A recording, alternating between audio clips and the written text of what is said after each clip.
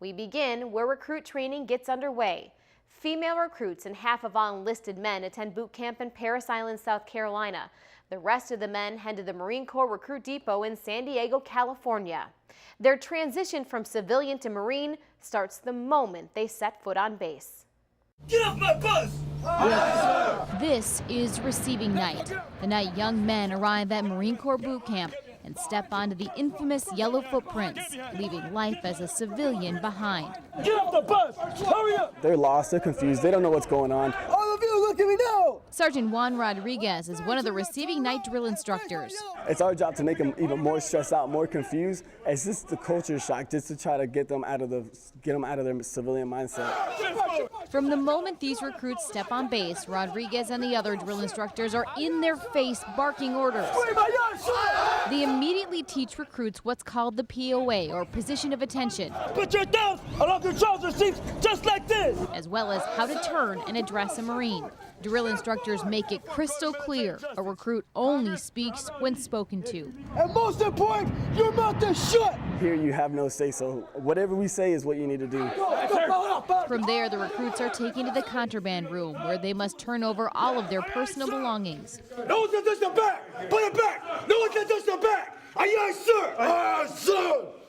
Aye, aye, sir! Aye, aye, sir! Those items, along with the clothes they are wearing, will be placed in storage.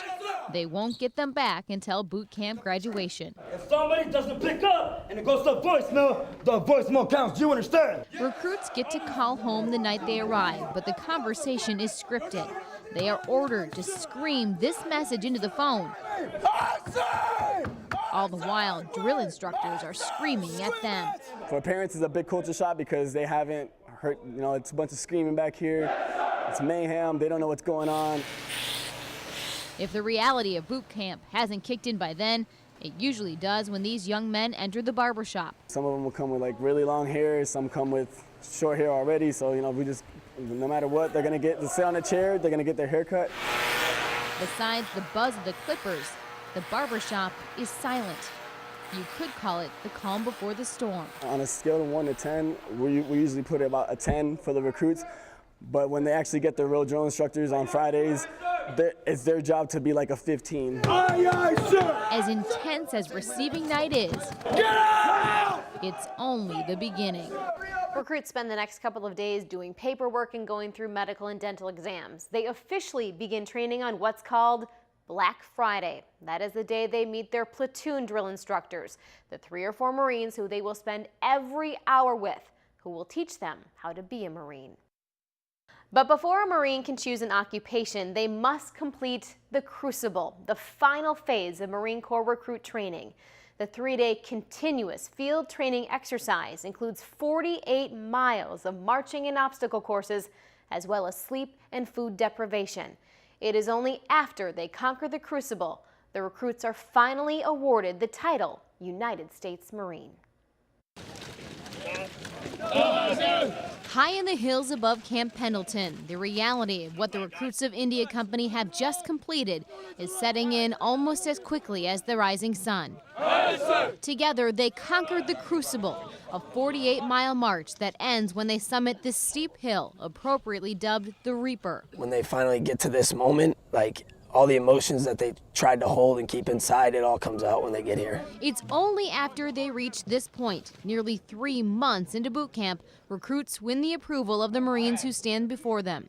You should always look back on this day with pride, for you have accomplished what few dare to try.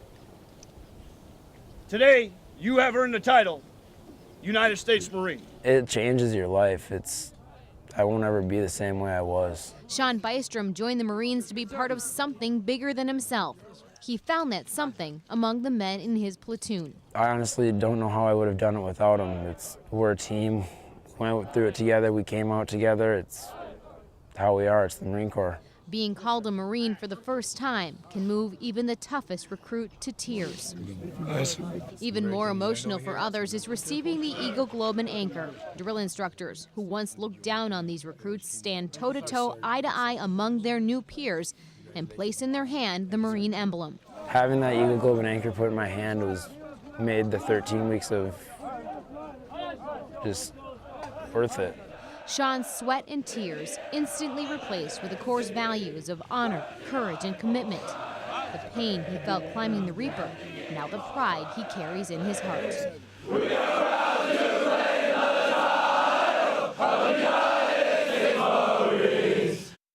After the emblem ceremony, the new Marines marched another 3 miles back to camp for what's called the Warriors Breakfast, a special meal where they can eat as much as they like of whatever they like, even previously forbidden foods like cake.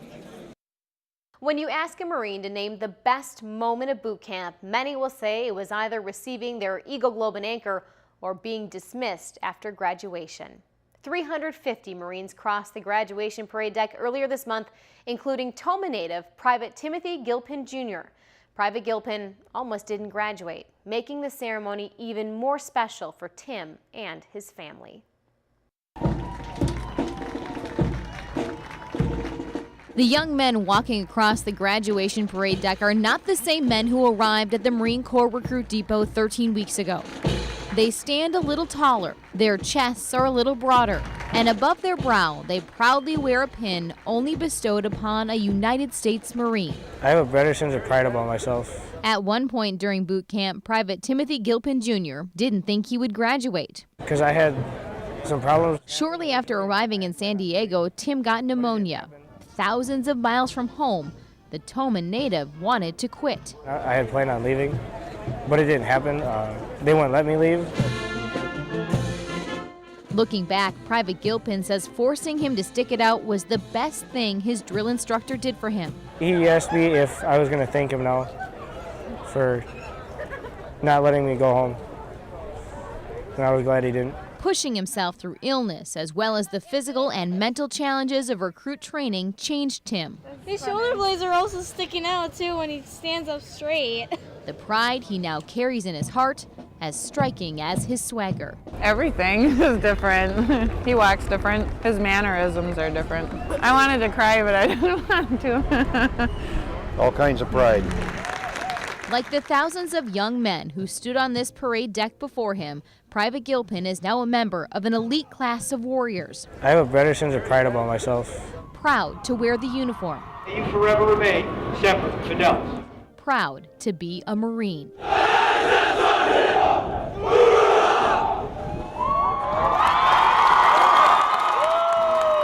I asked Private Gilpin what was the first thing he planned to do after leaving the depot, and he said, get a slice of sausage pizza. After that, Tim was headed back to Wisconsin to visit family and friends.